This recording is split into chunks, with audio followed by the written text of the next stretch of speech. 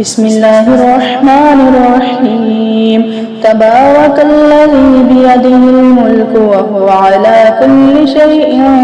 قدير الذي خلق الموت والحياة ليبلوكم أيكم أحسن عملا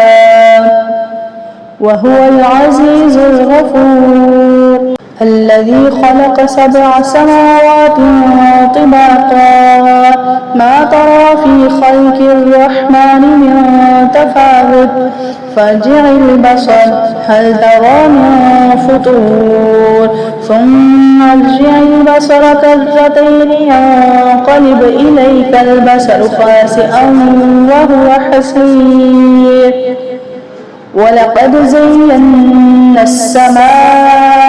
الدنيا بمصابيح وجعلناها رجوما للشياطين وأعتدنا لهم عذاب السعير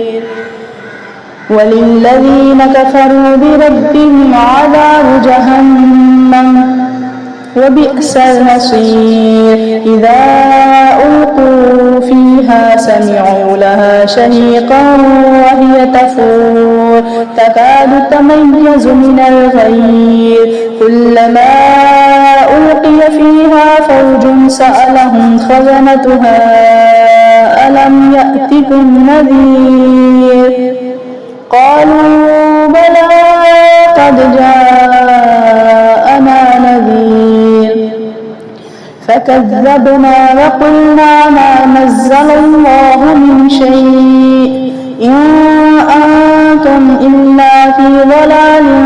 كبير وقالوا لو كنا نسمع أو نعقل ما كنا في أصحاب السعير فاعترفوا بذنبهم فسحقا لأصحاب السعير إن الذين يخشون ربهم بالغيب لهم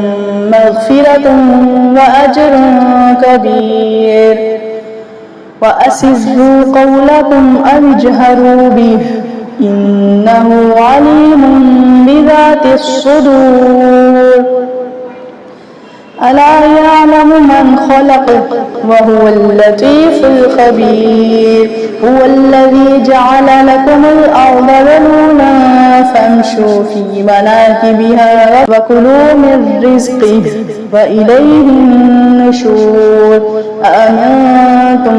من في السماء أن يخسف بكم الأرض فإذا هي تمور أم أمنتم ما في السماء أن يرسل عليكم حاصبا فستعلمون كيف نذير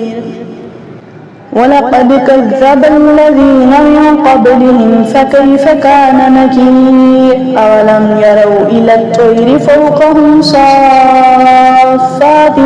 ويقبضن ما يمسكهن إلا الرحمن إنه بكل شيء بصير من هذا الذي هو جند لكم ينصركم من دون الرحمن إن الكافرون إلا في غرور أمن هذا الذي يرزقكم إن أمسك رزقه بل لجوا في عتب ونفور أفمن يمشي مكبا على وجهه أهدى أمن يمشي سويا على صراط مستقيم قل هو الذي أنشأكم وجعل لكم السمع والأبصار والأفئدة قليلا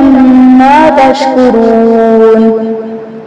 قل هو الذي ذرأكم في الأرض وإليه تحشرون ويقولون متى هذا الوعد إن